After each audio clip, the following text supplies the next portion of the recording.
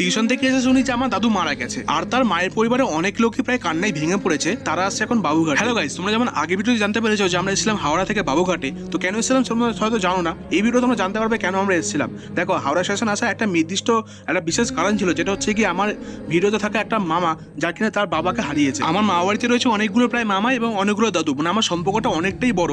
আর যেহেতু এখানে দেখো একজন আমার দাদু মারা গেছে, এবার একটা মানুষের যখন বাঙালির মতো মারা যায় না, তখন শেষ যে অস্থি, শেষ যে বিসর্জন, এটা হয় আমাদের গঙ্গার মধ্যে দিতে হয়। তো আমরা এসেছিলাম তাই জন্য বাবুঘাটে। পুরোটাই ছিল একটা বাবুঘাট। রাত্রি বাজে প্রায় মোটামুটি 10টা। তোমরা অনেকেই জানো যে যারা বাঙালি আছো এখানে, যে আমাদের এই বিশেষ কাজটা হয় দিনের বেলা, রাতের বেলা কখনোই হয় না। কিন্তু বিশেষ কারণে যদি কোনো কারণ হয়, যেহেতু আমার মামা দূরে থাকে, মামারা সব দূরে থাকে, ওই জন্য কিন্তু আমরা রাতের বেলায় করেছিলাম। আস্তে আস্তে ওদের প্রায় লেট হয়েছিল, ট্রেনটা লেট করেছিল বলে আমরা 10টার সময় এখানে আসি বাবুঘাটে।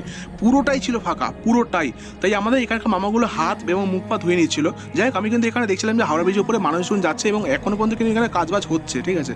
তাই ব্রাহ্মণকে দেখে আমরা কিন্তু কাজবাজ করা শুরু করে দিয়েছিলাম। এই যে এই মামাটা আছে, এই মামাটাই কিন্তু তার বাবাকে হারিয়েছে। হ্যাঁ, এতক্ষণে হয়তো তুমি একটা বাজে কমেন্ট করে দিয়েছো ভিডিওতে, তবু একটা তোমাদেরকে কথা বলি। তুমি হয়তো জানো না, বা হয়তো যারা বুঝতে পারবে এই কথাটা তুমি রিলেট করতে পারবে, যে দেখো, বাবা মা ছাড়া কিন্তু পৃথিবী বড়ই কঠিন। আর সব থেকে কষ্টের কি জিনিস জানো, যে যখন তুমি বেঁচে আছো, তাছাড়া তোমার চোখের সামনে তোমার সব থেকে কাছের মানুষটা চলে যাচ্ছে তোমাকে ছেড়ে, আর তুমি তার কাজটা করছো। রাত্রি এখন বাজে 10টা 3, দেখতে পাচ্ছ। তাই শুধু পুরুলিয়া থেকে কিন্তু ভোরবেলা আমার দাদু মারা গেছে, আর ওখান থেকে কিন্তু মামারা প্রায় কেঁদে কেঁদে এখানে কলকাতায় এসছে তার শেষ কাজটা করার জন্য। যাই হোক, এখানে কিন্তু আমার মামা ভাসিয়ে দিল শেষ সে ফুলের অঞ্জলিটা। যাই হোক, আমি মানে কী বলবো বুঝতে পারছি না এই জায়গাটা, আমার এই পজিশনটা আমার প্রচণ্ড বেশি খারাপ লাগে। আমি যখন আমার কাকার শেষকৃত্য করেছিলাম না, আমার কাকা যখন মারা গেছিলো, আমি না এই জিনিসটা নিতে পারি না, আমার মাও নিতে পারে না, যে মানে এই জিনিসটা আমার এখনই কান্না পেয়ে যাচ্ছে যে এই জিনিসটা দেখে।